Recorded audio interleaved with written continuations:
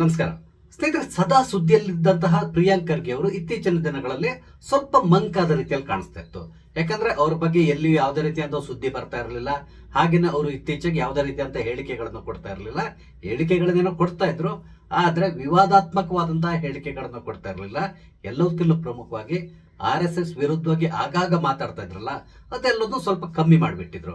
Mostly high command ಏನೋ ಹೇಳಿದೆ ಅನ್ಸ್ತದೆ, RSS ಪ್ರಚಾರಕರ ಕೆಲಸ ಮಾಡಿದ್ದು ಸಾಕು, ನಿಮ್ಮ ಖಾತೆಗಳ ಮೇಲೆ ಸ್ವಲ್ಪ ಗಮನ ಹರಿಸಿ ಅಂತೇಳಿ ಹೇಳಿರ್ಬೇಕು. ಅದಕ್ಕಾಗಿ ಸೈಲೆಂಟ್ ಆಗಿದ್ರೇನೋ ಗೊತ್ತಿಲ್ಲ. ಆದ್ರೆ ಈಗ ಇದ್ದಕ್ಕಿದ್ದಾಗೆ ಪ್ರಿಯಾಂಕ್ ಖರ್ಗೆ ಅವರು ಮತ್ತೆ ಪುನಃ ವಿವಾದಾತ್ಮಕ ಹೇಳಿಕೆಯನ್ನು ಕೊಡುವ ಮುಖಾಂತರ ತಾನು ಯಾವಾಗ್ಲೂ ಕೂಡ ಸುದ್ದಿಯಲ್ಲಿ ಇರುವಂತಹ ವ್ಯಕ್ತಿ, ಸುದ್ದಿಯಲ್ಲಿ ಇರಬೇಕು, ಅದಕ್ಕಾಗಿ ನಾನು ಈ ರೀತಿಯಂತ ಹೇಳಿಕೆಯನ್ನು ಕೊಡ್ತಾ ಇದ್ದೇನೆ ಅಂತ ತಿಳ್ಕೊಂಡು ತೋರಿಸ್ಲಿಕ್ಕೆ ಹೊರಟ ರೀತಿಯಲ್ಲಿ ಕಾಣಿಸ್ತಾ ಇದೆ. ಹಾಗಾದ್ರೆ ಪ್ರಿಯಾಂಕ್ ಖರ್ಗೆ ಅವರು ಕೊಟ್ಟಿರುವಂತಹ ಹೇಳಿಕೆಯನ್ನು, ಅದರಿಂದಾಗಿ ಏನು ವಿವಾದ ಉಂಟಾಗ್ತಾ ಇದೆ, ಈ ವಿಷಯಗಳಿಗೆ ಸಂಬಂಧಪಟ್ಟಂತೆ ನಿಮ್ ಜೊತೆ ಮಾತಾಡ್ತಾ ಇದ್ದೇನೆ. ಸ್ನೇಹಿತರೆ, ನಿಮ್ಮೆಲ್ಲರೂ ಕಾಫಿ ವಿತ್ ಡಿಜಿಟಲ್ ಚಾನಲ್ಗೆ ಸ್ವಾಗತಿಸ್ತಾ ಇದ್ದೇನೆ. ಸ್ನೇಹಿತರೆ, ಪ್ರಿಯಾಂಕ್ ಖರ್ಗೆ ಅವ್ರ ಬಗ್ಗೆ ಎಲ್ಲರೂ ಕೂಡ ಒಂದಲ್ಲ ಒಂದು ರೀತಿಯ ಜೋಕನ್ನ ಮಾಡ್ತಾನೆ ಇರ್ತಾರೆ. ಕಾರಣ ಏನು ಅಂತ ಹೇಳಿದ್ರೆ, ಪ್ರಿಯಾಂಕ್ ಖರ್ಗೆ ಅವರು ಅಷ್ಟೊಂದು ಫೇಮಸ್ ಆಗಿರುವಂತಹ ವ್ಯಕ್ತಿ. ಏನಲ್ಲದಿದ್ರು ಕೂಡ ಪ್ರಿಯಾಂಕ್ ಖರ್ಗೆ ಅವರು ಇವತ್ತು ತಮ್ಮ ಎಕ್ಸ್ ಖಾತೆಯಲ್ಲಿ ಏನ್ ಬರ್ಕೊಂಡಿದ್ದಾರೆ ಈ ರೀತಿಯಾಗಿ ಕೂಡ ಚೆಕ್ ಮಾಡ್ತಾನೆ ಇರ್ತಾರೆ.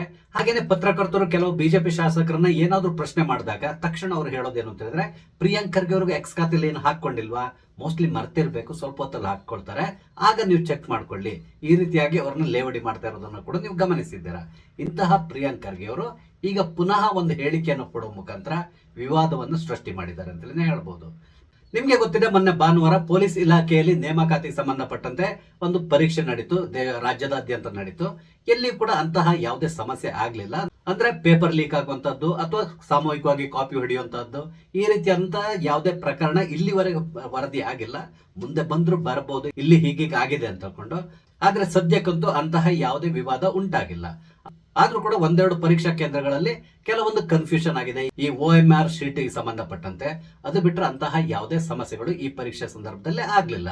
ಅಂದ್ರೆ ಸರ್ಕಾರ ಈ ಪರೀಕ್ಷೆಯನ್ನ ಅತ್ಯಂತ ಯಶಸ್ವಿಯಾಗಿ ನಡೆಸಿದೆ ಅಂತ ಹೇಳ್ಬಹುದು. ಆದ್ರೆ ಈ ಸಣ್ಣ ವಿಷಯವನ್ನು ಇಟ್ಕೊಂಡು ಕೆಲವರು ಪ್ರಿಯಾಂಕ್ ಖರ್ಗೆ ಅವರ ರಾಜೀನಾಮೆಯನ್ನ ಕೇಳಲಿಕ್ಕೆ ಹೊರಟರು. ಆಕ್ಚುಲಿ ಹೇಳ್ಬೇಕು ಅಂತ ಹೇಳಿದ್ರೆ, ನಮ್ಮ ವಿರೋಧ ಪಕ್ಷದವರಿಗೆ ಬೇರೇನು ಕೆಲಸ ಇಲ್ಲ, ಅವ್ರು ಮಾಡ್ತಾ ಇರುವಂತ ಕೆಲಸ ಏನೋ ನಿಮ್ಗೆ ಗೊತ್ತಿದೆ.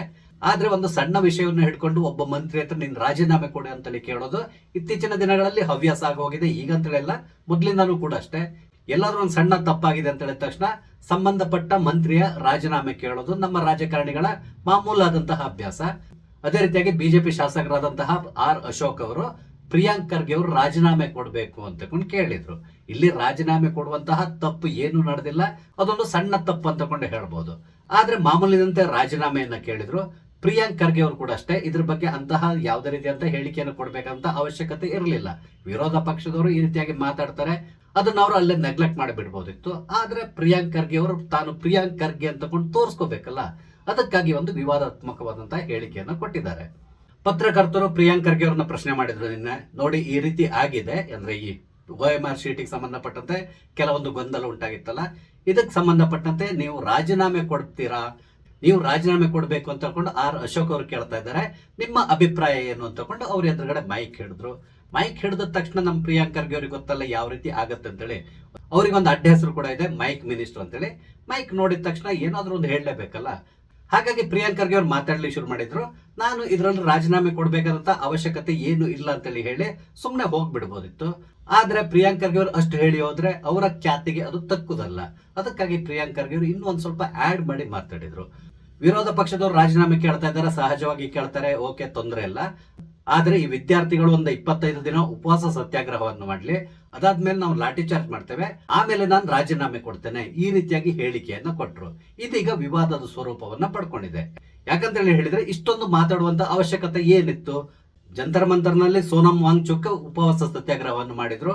ಅದನ್ನ ಕಂಪೇರ್ ಮಾಡ್ಕೊಂಡು ಇಲ್ಲಿ ಕೂಡ ಅಷ್ಟೇ, ಯಾರಾದ್ರೂ ಉಪವಾಸ ಸತ್ಯಾಗ್ರಹವನ್ನ ಮಾಡ್ಲಿ, ಅದಾದ್ಮೇಲೆ ನಾವು ಲಾಠಿ ಚಾರ್ಜ್ ಅನ್ನ ಮಾಡ್ತೇವೆ, ಆಮೇಲೆ ನಾನು ರಾಜೀನಾಮೆ ಕೊಡ್ತೇನೆ, ಈ ರೀತಿಯಾಗಿ ಹೇಳುವಂತ ಅವಶ್ಯಕತೆ ಇರಲಿಲ್ಲ. ಆದ್ರೆ ಪ್ರಿಯಾಂಕ್ ಖರ್ಗೆ ಅವರು ಈ ರೀತಿ ಹೇಳಿದ್ದಾರೆ. ಇದನ್ನ ಈಗ ಎಲ್ಲರೂ ಪ್ರಶ್ನೆ ಮಾಡ್ಲಿ ಶುರು ಮಾಡಿದ್ದಾರೆ, ಈ ರೀತಿಯಾಗಿ ಪ್ರಿಯಾಂಕ್ ಖರ್ಗೆ ಯಾಕೆ ಮಾತಾಡಿದ್ದಾರೆ ಅಂತೇಳಿ. ನಿಮ್ಗೆ ಸಿಂಪಲ್ ಆಗಿ ಹೇಳ್ಬೇಕು ಅಂತ ಹೇಳಿದ್ರೆ, ಇದು ಪ್ರಿಯಾಂಕ್ ಖರ್ಗೆ ಅವರ ಅಹಂಕಾರದ ಪರಾಕಾಷ್ಠೆ ಅಂತೇಳಿ ಹೇಳ್ಬೋದು. ಈ ರೀತಿ ಹೇಳಲಿಕ್ಕೆ ಕಾರಣ ಏನಂತ ಹೇಳಿದ್ರೆ, ಪ್ರಿಯಾಂಕ್ ಖರ್ಗೆ ಅವ್ರನ್ನ ಬಲ್ಲವರು ಹೇಳೋದೇನು ಅಂತ ಹೇಳಿದ್ರೆ, ಆತನಷ್ಟು ಅಹಂಕಾರಿ ಮನುಷ್ಯ ಯಾರು ಇಲ್ಲ ಅಂತೇಳಿ. ಈ ರೀತಿ ಅಹಂಕಾರ ಬರ್ಲಿಕ್ಕೂ ಕೂಡ ಕಾರಣ ಏನು ಅಂತ ಹೇಳಿದ್ರೆ, ಅವರಿಗೆ ರಾಜಕೀಯದಲ್ಲಿ ಸಿಕ್ಕಿರುವಂತಹ ಈ ಯಶಸ್ಸು ಇದೆಯಲ್ಲ, ಅದು ಬಯಸದೆ ಬಂದಂತ ಭಾಗ್ಯ ಅಂತೇಳಿ ಹೇಳ್ಬೋದು. ಕೇವಲ ತನ್ನ ತಂದೆಯ ಕೃಪಕಟಾಕ್ಷದಿಂದಾಗಿ ಅವರು ಈ ಮಟ್ಟಕ್ಕೆ ಬೆಳೆದಿದ್ದಾರೆ. ಅದಲ್ಲದೆ ಪ್ರಿಯಾಂಕ್ ಖರ್ಗೆ ಅವರು ತುಂಬಾ ಚೆನ್ನಾಗಿ ಗೊತ್ತಿದೆ, ಕರ್ನಾಟಕದ ಮುಖ್ಯಮಂತ್ರಿ ಇರಬಹುದು ಅಥವಾ ಕೆಪಿಸಿಸಿ ಪ್ರೆಸಿಡೆಂಟ್ ಇರಬಹುದು, ಇವ್ರು ಯಾರಿಗೂ ಕೂಡ ತನ್ನನ್ನ ಏನು ಮಾಡ್ಲಿಕ್ಕೆ ಆಗಲ್ಲ ಅಂತೇಳಿ. ಇದರ ಪರಿಣಾಮ ಅವರ ಅಹಂಕಾರ ಅನ್ನೋದು ನೆತ್ತಿಗೇರಿದೆ ಅಂತೇಳಿ ಹೇಳ್ಬೋದು. ಹಾಗಾಗಿ ಈ ರೀತಿಯಾದಂತ ಹೇಳಿಕೆಯನ್ನು ಕೊಡ್ತಾರೆ.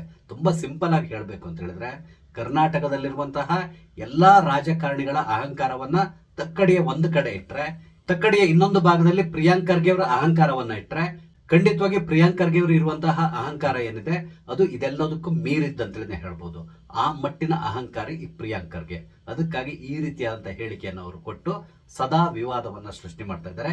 ಇಲ್ಲಿ ಅನಾವಶ್ಯಕವಾಗಿ ಅವರು ಈ ರೀತಿಯಾದಂತಹ ಒಂದು ವಿವಾದಾತ್ಮಕ ಹೇಳಿಕೆಯನ್ನು ಕೊಡುವ ಮುಖಾಂತರ ಇಡೀ ದೇಶದಲ್ಲಿ ಇದ್ರ ಬಗ್ಗೆ ಚರ್ಚೆ ಆಗುವ ರೀತಿಯಲ್ಲಿ ಮಾಡಿದ್ದಾರೆ. ಹಾಗಾದ್ರೆ ಪ್ರಿಯಾಂಕ್ ಖರ್ಗೆ ಅವರು ತಮಗೆ ಅರಿವಿಲ್ಲದೆ ಈ ರೀತಿಯಂತ ಹೇಳಿಕೆಯನ್ನು ಕೊಡ್ತಾರೆ ಕೇಳಿದ್ರೆ, ಖಂಡಿತವಾಗಿ ಆ ರೀತಿ ಇಲ್ಲ. ಈ ರೀತಿ ಹೇಳಿಕೆ ಕೊಡ್ಲಿಕ್ಕೆ ಪ್ರಮುಖ ಕಾರಣ ಏನು ಅಂತ ಹೇಳಿದ್ರೆ, ಸ್ವಲ್ಪ ಅವರು ರಾಜಕೀಯವಾಗಿ ಡೆಸ್ಪರೇಟ್ ಆದ ರೀತಿಯಲ್ಲಿ ಕಾಣಿಸ್ತಿದೆ. ಕಾರಣ ಏನು ಅಂತ ಹೇಳಿದ್ರೆ, ಮುಂದಿನ ಚುನಾವಣೆಗೆ ಇವ್ರನ್ನ ಸೋಲಿಸ್ಲಿಕ್ಕೆ ಎಲ್ಲಾ ರೀತಿಯಾದಂತಹ ಪ್ರಯತ್ನಗಳು ನಡೀತಾ ಇದೆ. RSS ತುಂಬಾ ಆಕ್ಟಿವ್ ಆಗಿದೆ ಅಂತ ಹೇಳ್ತಾ ಇದ್ದಾರೆ ಕಲಬುರಗಿ ಜಿಲ್ಲೆಯಲ್ಲಿ. ಮುಂದಿನ ಚುನಾವಣೆ ಸಂದರ್ಭದಲ್ಲಿ ಪ್ರಿಯಾಂಕ್ ಖರ್ಗೆ ಅವರನ್ನ ಟಾರ್ಗೆಟ್ ಮಾಡಿಕೊಂಡು RSS ಮತ್ತು ಬಿಜೆಪಿ ಅವರು ಕೆಲಸ ಮಾಡ್ತಾ ಇದ್ದಾರೆ. ಇದನ್ನ ಅರಿತಿರುವಂತಹ ಪ್ರಿಯಾಂಕ್ ಖರ್ಗೆ ಅವರು ಈ ರೀತಿಯಂತ ಹೇಳಿಕೆಯನ್ನು ಕೊಡ್ತಾ ಇದ್ದಾನೆ ಅಂತಕೊಂಡು ಕೂಡ ಕೆಲವರು ವಾದ ಮಂಡಿಸ್ತಾ ಇದ್ದಾರೆ. ಇದರಲ್ಲಿ ಸತ್ಯಾಂಶ ಇದ್ರೂ ಇರಬಹುದು. ಅದೇನೇ ಇರಲಿ, ಕೆಲ ದಿನಗಳಿಂದ ಸ್ವಲ್ಪ ಸೈಲೆಂಟ್ ಆಗಿದ್ದಂತಹ ಪ್ರಿಯಾಂಕ್ ಖರ್ಗೆ ಅವರು ಈ ರೀತಿಯಾಗಿ ಹೇಳಿಕೆಯನ್ನು ಕೊಡುವ ಮುಖಾಂತರ ತಾನು ಕರ್ನಾಟಕದಲ್ಲಿ ಆಕ್ಟಿವ್ ಆಗಿದ್ದೇನೆ ಅಂತಕೊಂಡು ತೋರಿಸ್ಕೊಳ್ಳುವಂತಹ ಪ್ರಯತ್ನವನ್ನ ಮಾಡಿದ್ದಾರೆ ಅನ್ಸುತ್ತದೆ. ನೋಡೋಣ ಇದರ ಪರಿಣಾಮ ಮುಂದಿನ ದಿನಗಳಲ್ಲಿ ಯಾವ ರೀತಿ ಇರ್ತದೆ ಅಂತಕೊಂಡು. ಸ್ನೇಹಿತರೆ, ಪ್ರಿಯಾಂಕ್ ಖರ್ಗೆ ಅವರ ಈ ರೀತಿಯಾದಂತಹ ಅಹಂಕಾರದ ಉತ್ತರದ ಬಗ್ಗೆ ನಿಮಗೆ ಅನಿಸ್ತದೆ? ನಿಮ್ಮ ಅನಿಸಿಕೆಗಳನ್ನ ದಯವಿಟ್ಟು ಕಮೆಂಟ್ ಮುಖಾಂತರ ತಿಳಿಸಿ. ಹಾಗೇನೆ ಇಲ್ಲಿ ನಾನು ಹಂಚ್ಕೊಳ್ಳುವಂತ ವಿಷಯ ಇಷ್ಟ ಆದ್ರೆ ಲೈಕ್ ಮಾಡಿ, ಶೇರ್ ಮಾಡಿ, ದಯವಿಟ್ಟು ನನ್ನ ಚಾನಲ್ ಸಬ್ಸ್ಕ್ರೈಬ್ ಮಾಡಿ. ನಮಸ್ತೆ, ಜೈ ಹಿಂದ್.